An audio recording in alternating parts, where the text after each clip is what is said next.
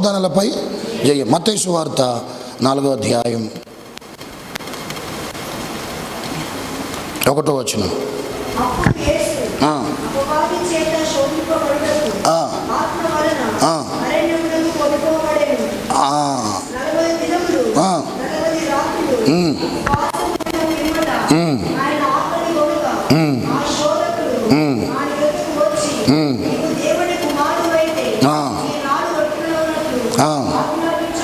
చాలండి. మూడవది శోధనలపై ఏంటంటే జయం. ప్రభువైన యేసుక్రీస్తు వారు ఇక్కడ 30 సంవత్సరాలప్పుడు బాప్టిజం తీసుకొని పరిచర్య చేయటానికి అరణ్యమునకు ఎన్ని రోజులంట? పాశుకునకు వెళ్ళింది 40 రోజులు. ఎన్ని రోజులంటమ్మా? 40 రోజులు. నేను తలపైకి ఎత్తండి. తను పరిచర్య ఎట్లా ప్రారంభించాడు? ఉపవాసంతో ప్రారంభించాడు. అందు చెప్పారు. ఎట్లా ప్రారంభించాడు? ఉపవాసంతో ప్రారంభించాడు. ఇప్పుడు ప్రారంభించినటువంటి ఈ ప్రభువైన యేసుక్రీస్తు వారు మరి అంతకుముందు చేయలేదు? ఎప్పుడు ప్రార్థన చేయలేదా? అప్పుడే చేశాడా? అంతకుముందు ఎప్పుడైనా చేసిన బైబుల్ లేదు. కానీ అతడు ఉన్నాడు అంటానికి బైబుల్లో ఆధారాలు లేవు. కానీ 12వ ఏటప్పుడు దేవాలయములో కూర్చొని ఏం చేస్తాడంటే ధర్మశాస్త్రాన్ని బోధించినట్లుగా. మళ్ళీ ఎవరికి? అది కూడా బాగా పండుబడినటువంటి శాస్త్రులకు 12వ సంవత్సరం అప్పుడు 12 ఏళ్ళప్పుడే ధర్మశాస్త్రం ఏం చేస్తున్నవాడుగా ఉన్నాడు? బోధించినటువంటి వాడుగా ఉన్నాడు. వినండి, ఇప్పుడు యేసు ప్రభువు వారు తన పరిచర్య చేయడానికి 40 రోజులు కఠోరమైన ఉపవాసం ఉండి పరిచర్య ప్రారంభిస్తే ఈ రోజు వరకు ఏమవుతుంది? పరిచర్య ఈ రోజు వరకు ఏమవుతుంది? ఆగిపోయిందా? ఆగిపోయిందండి. ఎక్కడైనా పరిచర్య ఆగిపోయిందా? ఈ రోజు వరకు విరాజిల్లుతూనే ఉంది. ఎవరిది? యేసయ్య పరిచర్య ఏంటంట? ప్రాంతాలు ఏంటంట? దేశాలు ఖండాలు దాటి ఈరోజు ఎంతగా వ్యాపించడం గల కారణం ఏంటని ఆలోచన చేస్తే యేసు ప్రభువు వారు ఉపవాసం ఉండి ఏం చేశారంట? ప్రార్థన చేసి పరిచర్యను ఒక మాట చెప్తా, నువ్వు ఏదైనా ఒక పని చేస్తే, ఏదైనా ఒక పని పూనుకుంటే ఉపవాసంతో చేయి, విజయముతో ముగిస్తావు. నువ్వు దాన్ని అపజయంతో కాదు, ఉపవాసం ఉండి చేయి, విజయముతో దాన్ని నా ప్రభు ముగిస్తాడు. ఎట్లా చేయాలి దాన్ని? ఏదైనా పని చేస్తే ఏం చేయాలంట? ఉపవాసం ఉండి ప్రార్థన. ఇప్పుడు యేసు ప్రభువు వారు అలా ఉపవాసం ఉన్న కారణాన్ని బట్టి అపవాదిని జయించాడా లేకుండా శోధన జయించాడా లేదంటే శోధన జయించాడు. ఎవ్వరు జయించలేంది ఒకే ఒక్కడు ప్రేమికులారా, అది నువ్వు నేను ఆరాధిస్తున్న మన ఆరాధ్య దైవమైన దేవుడే ఎవరు జయించలేని దాన్ని జయించాడు. ఏంటి చెప్పండి ఒకసారి? ఏంటది? ఎవ్వరు జయించలేకపోయారు, యేసు ప్రభువు జయించారు. ఉపవాసం. ఏంటది? వినండి, నేత్రాశ, శరీరాశ, జీవపడము. ఎవరైనా జయించారా? బైబిల్లో ఉన్న భక్తుల్ని చూద్దాం. ఎవరైనా జయించారా? ఆదాము అవ్వ ఎట్టబడిపోయారు? దేన్ని? నేత్రాశ. ఏం చూశారు? రైట్. ఆకాను ఎందుకు తన వంశం అంతా కూడా ప్రేమికుల రాళ్ళతో కుట్టేందుకు చంపబడ్డారు? ఆశించాడు. నేత్రాశ. సంసోన్ ఎందుకు అంత బలాఢ్యుడు? ప్రేమికులరా, గాడిద యొక్క పచ్చి ఏంటంట, ఆ యొక్క ప్రేమికులరా ఎముకతో 1000 మందిని చంపినటువంటి వాడు, ఫిలిష్తీయుల గుండెల్లో ప్రేమికులరా భయమును కలిగించినటువంటి వాడు. అలాంటి వాడు ఎందుకు బలహీనుడైపోయాడంటే నేత్రాశ. చెప్పండి, ఆశ అని చెప్పాలి. ఆశ, నేత్ర. ఇలా దావీదు ఎక్కడ? యుద్ధములు ఉండకుండా ఎక్కడ? నేత్రాశ. ఇప్పుడు వీళ్ళందరినీ చూసుకుంటూ వస్తే ప్రతి మానవుడు ఏదో ఒక దాంట్లో పడిపోయాడు. కానీ ఒకే ఒక్కడు మన ప్రభువైన యేసుక్రీస్తు వారు నేత్రాశ, శరీరాశ, జీవబుడమ్మను జయించాడు. హల్లెలూయా. ఇంకొంచెం బిగ్గరగా హల్లెలూయా. ఏంటి ఆ నేత్రాశ అంటే? ఏమని చెప్పాలా? ఈ రాళ్ళను మీరు ఒక మాట అడుగుతా, ఈరోజు ఆకలి బాగా ఉపవాసం ఉన్న వాళ్ళకి రేపు ఎప్పుడైద్దా అనిపిస్తుంది. తెలుసా మీకు ఆశ? ఉపవాసం ఉన్న వాళ్ళకి, మీకు కాదులేండి, మీకు అనుభవం వచ్చినప్పుడు అర్థమైంది. ఉపవాసం ఉన్న వాళ్ళకి మీకు అనిపిస్తుందా? అనిపించట్లేదు. ఎవరికి అనిపించదు. కొందరికి కష్టంగా ఉంటుంది. చూసారు? కష్టంగా ఇంకా తప్పదిగా ఈ అయ్యగారితో మాకు సావు వచ్చింది, ఎందుకు పెడతాడో ఏమో అని లోపల కొనుక్కుంటా బైక్ నవ్వుకుంటా వందనాలు అయ్యగారు. ఇబ్బంది పడకుండా వచ్చిన వాళ్ళకి రేపు ఎప్పుడైద్దా అని తాపో టైం చూసుకోవటం, అదేం పొయ్యి సాగుతుంది. ఏది వాళ్ళ మనసు ఏం చెప్పాలా, మేము ఏడికి పోయిన టైం అయిపోతుంది, ఏడకొచ్చి టైం కావట్లేదు అనిపిస్తుంది. అది ఆడే ఉంటుంది, పట్టుబట్టినట్టుంది. అది అది చేసే 2 నిమిషాలు, దానికి 2 గంటలు ఏంటంటే ఫీల్ అవుతారు ఒక మంది. అది చూస్తుంది, అది ఆడే ఉంటుంది, 2 నిమిషాలే ఉంటుంది. కష్టం కూడా చాలామందికి. ఇప్పుడు ఈ 40 రోజులు ఉపవాసం ఉన్న వాళ్ళకి ఫర్ ఎగ్జాంపుల్ ఉంటే, ఇక రేపు ముగిస్తా అంటే ఈ రాత్రి ఏమనిపిస్తుంది, ఎమ్మటే చికెన్ బిర్యానీ గుర్తొస్తుంది, మటన్ బిర్యానీ గుర్తొస్తుంది, పీతల బిర్యానీ. ఎప్పుడైపోతే ఏంటంట పోయి తొందరగా ఇక వాళ్ళు తినుంటుందండి. కరువు పట్టు చూసారా, కరువును పడ్డోళ్ళు ఇంకేంటంట ఆ వరద బాధలు ఉంటారు కదా, వాళ్ళని వాళ్ళు ఉన్నట్టుంది అనమాట. వారం అంతా ఇక ఫాస్టింగ్ అయిపోతుంది, ఇక పోయి కూర్చొని కుస్తీ పడుతుంది. ఏంతో బిర్యానీతో కుస్తీ పట్టాలి తొందరగా. తొందరగా ఉండు, ఆకలి అవుతుంది, లోపల ట్రైన్ పరిగెడుతుంది. ఈ అయ్యగారేమో అసలుకి ఏమాత్రం 9 గంటల దాకా కష్టంగా ఉండాల్సిందేనంట. వాళ్ళు వచ్చి వాళ్ళు వచ్చి రావట్లే. తొందర నువ్వు అట్లా వస్తా ఏమంటే మొహం కూడా కడుక్కుని ఏమంటే ముందు కడుపులు ఏంటంట ఆ రోజు చోట్లు ఎడిపోతారు. హల్లెలూయా.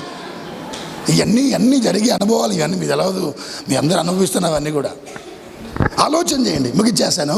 ఇలాంటి పరిస్థితులు ఉంటే తెల్లారి బాగా తొందరగా ఏం చేయాలని పోయి ఎవరికైనా అనిపిస్తుంది, ఎవరికైనా, అది తప్పేం కాదు. కానీ యేసు ప్రభువు 40 రోజులు ఉండి కూడా ఏం చెప్పాలా, ఈ రొట్టెలను రాళ్ళుగా చేసుకోమని చెప్పన్నప్పుడు దేవుడు ఆ టైంలో తన శక్తి ఉంటే ఏం చేయొచ్చంట, చూపించవచ్చు.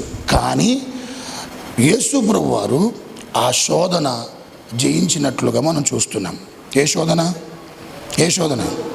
నేత్రాశ. అపవాది కాదు, నేత్రాశ అనే శోధన. అంటే ఉపవాసం ఉంటే నిగ్రహ శక్తి వస్తుందంట. నిగ్రహ శక్తి అంటే అర్థం ఏంటి? నిగ్రహ శక్తి అంటే ఈ కంట్రోలింగ్ పవర్ వస్తుంది. అయ్యా ఏమొస్తుంది, నువ్వు తొందరగా పడిపోవు. ఈ నేత్రాశ, జీవపుటంబము, ఇంకేనంట శరీరాశ, తొందరగా నువ్వు పడిపోకుండా ఉండటానికి నీకు బాగా సహాయపడేది ఏంటంటే మామూలు ప్రార్థన కాదు, ఉపవాస ప్రార్థన.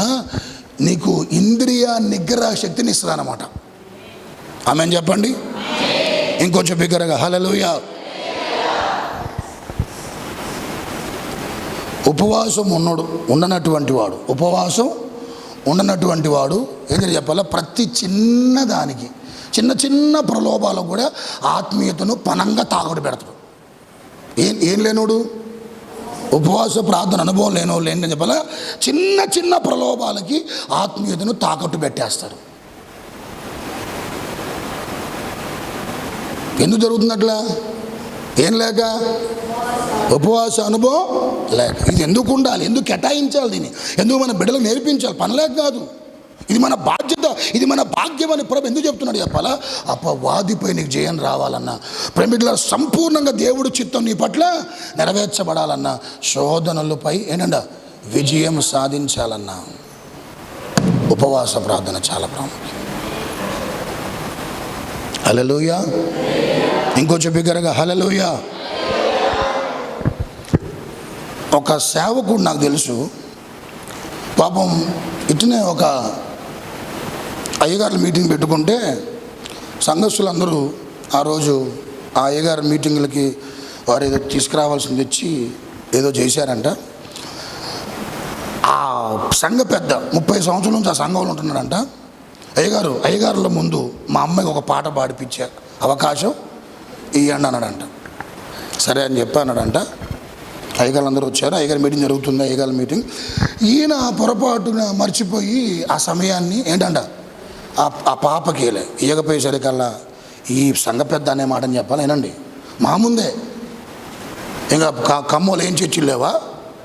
సంఘ పెద్ద ఎన్ని సంవత్సరాలు ఆ చర్చిలో? 30 సంవత్సరాలు అంటున్న మాట ఏంది? ఇదే సంఘమా? మాకు ఎక్కడుందండి ఇక్కడ ప్రాధాన్యత? ఎక్కడుందండి మాకు ఇక్కడ? ఏంటది ఎక్కడుందండి మాకు ఇక్కడ? ఎంతగాక మొన్న వాళ్ళకి వచ్చిన వాళ్ళకి బాగా ఇస్తున్నారు. అసలు మాకు మా పిల్లకి అసలుకి ముందుండి ఫస్ట్ నుంచి మేము ఉన్నాం. ఏడా ఫస్ట్ నుంచి అయ్యగారికి మేమే చేదోడు వాదోడు కొన్నాం. ఆఫ్టర్ ఆల్ మా అమ్మాయికి ఒక పాట అడిగితే ఇవ్వలేదు, ఇంక వేరే సంఘాలు లేవని ఉన్నట్టుండి ఉన్న బలంగా ఆ ప్రేమికులారా అన్నం తింటున్న వారి భార్యని అందరూ వచ్చేసారు పైకి సేవకులందరూ. మేమెందుకు 2-3 కింద ఉంటే ఈ మాట అయ్యగారితో వాదించుకొని కోపంగా వెళ్ళిపోయాడు. ఆ సేవకుడు చాలా బాధపడుతూ వాళ్ళే మారుతారులే అని చెప్పి కొంచెం మేము చెప్పిన లోపల ఎందుకు చెప్పాలా, ఎప్పటి నుంచో వాళ్ళు ఉన్నారని. ఏదో సమయం లేక ఇవ్వాలి అంతే, కావలసుకొని కాదు, సమయం లేక ఇవ్వకపోతే 100 చదివినంట మాటలు. ఇప్పుడు ఆలోచన చేయండి. మీ అందరూ చెప్పే మాట ఏంటంటే, ఇతడికి ఉందా ఇంద్రియ నిగ్రహ శక్తి ఉందా అండి? ఉందా లేదా? ఎందుకు ఎట్టలేదు అంటే ఇక్కడ గమనించండి. తన ఆలోచన ఏంటంటే, మా బిడ్డ కనపడాలి ఆడా, ఇక్కడ పాడుతుంటే అందరు ఏం చేయాలి, ఆలోచన అందరు చూడాలి, చప్పట్లు కొట్టాలి, మా అమ్మాయి బాగా పాడిందన్న ఆలోచన కాన్సెప్ట్తో 30 సంవత్సరాల విశ్వాసి వాళ్ళ కుమార్తెకి పాటికి తలిగిపోయాడంట. ఒక మాట చెప్తానండి, ఇక్కడ మనం ఏం చేసినా దేవుడు మాత్రమే హెచ్చించబడాలి. ఇక్కడ దేవుడు మాత్రమే హెచ్చించబడాలి. మనం ఆయన వెనకాల ఉండాలి. ఎవరు వెనకాల? దేవుడు వెనకాల. ఎవరైతే దేవుణ్ణి అలా ముందు పెట్టి గణపరుస్తారో, విజయోత్సవముతో దేవుణ్ణి ఎవరైతే ఊరేగిస్తారో, నిన్ను నీ కుటుంబాన్ని కూడా విజయోత్సవముతో నా దేవుడు ఊరేగిస్తాడు ఆయన. హల్లెలూయా. ఇంకొందరికి ఉంటుంది పాపం, ఒక మంది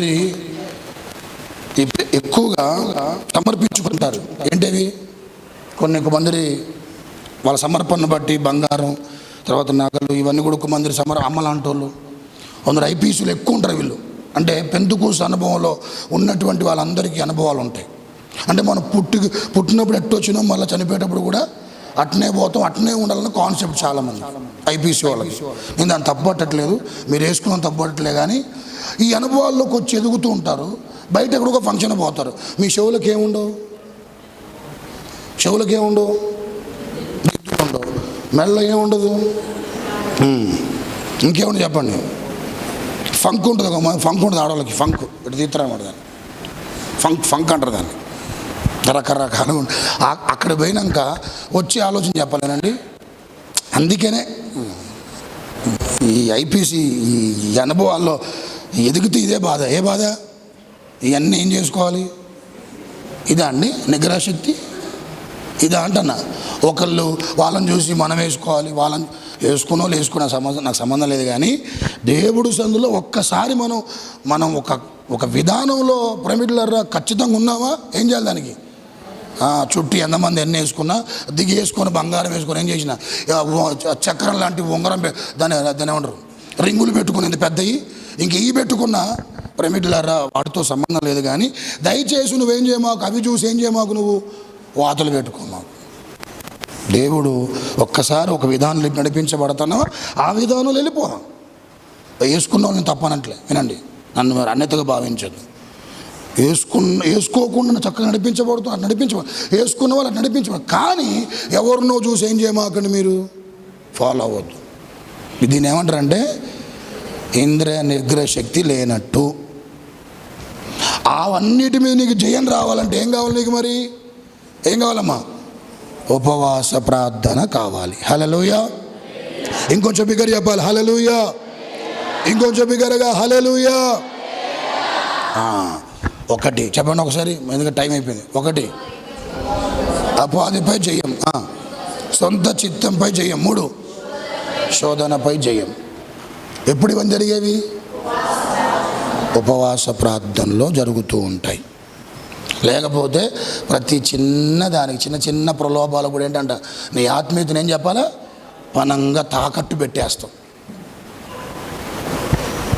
ఇలా చేస్తూ ముందుకెళ్తే గమనించండి ఏం జరిగిద్దంటే, 1 అపవాదిపై జయం, 2 సొంత చిత్తంపై జయం, 3 శోధనపై జయం, 4 ఆటంకాలపై జయం.